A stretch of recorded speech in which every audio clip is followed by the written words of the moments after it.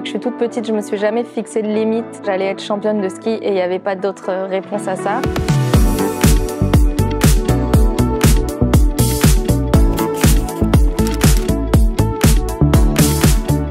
Je m'appelle Tess Le Deux, j'ai 21 ans, je fais du ski freestyle, du slopestyle et du big air. Je suis en équipe de France. Le slopestyle, c'est un petit peu comme un skatepark sur la neige. Donc c'est un enchaînement de modules, de sauts et de rails.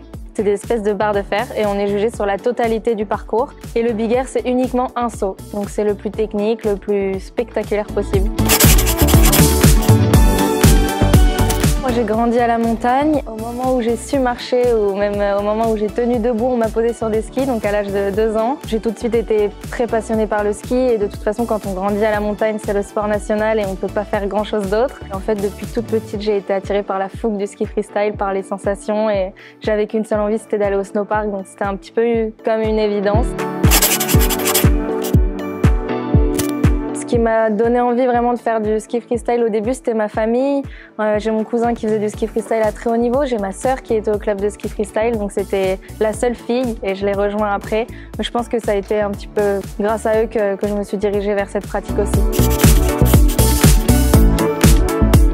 Moi, j'ai évolué dans un monde et un milieu très masculin. Au club des sports, j'étais la seule fille avec ma sœur. Ensuite, dans mon groupe d'après, j'étais encore la seule fille. Et puis là, ça fait 6 ans que je m'entraîne dans un groupe où je suis la seule fille. Et c'est compliqué, mais c'est une certaine motivation et ça me donne envie de promouvoir un petit peu cette pratique et de donner envie à plein d'autres petites filles de faire la même chose. On en voit de plus en plus.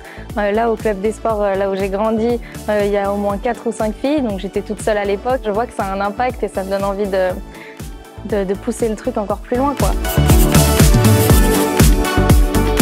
Tout mon entourage et tout mon groupe a toujours cru en moi et au contraire, j'étais un petit peu la petite protégée, la chouchou et tout le monde avait envie que je réussisse. Donc moi, je pense que ça m'a plutôt portée. Après, ce qui était compliqué, c'était d'évoluer dans un monde 100% masculin. Je me suis parfois posé plein de questions en me disant mais qu'est-ce que je fais là? Je me sentais un peu seule en fait et je pense que c'est pour ça qu'il y a besoin de plus de filles. Mais je trouve qu'il y a une belle évolution dans tous les sports extrêmes. Les filles ont de plus en plus leur place et dans le monde du sport en général, ça évolue vraiment bien.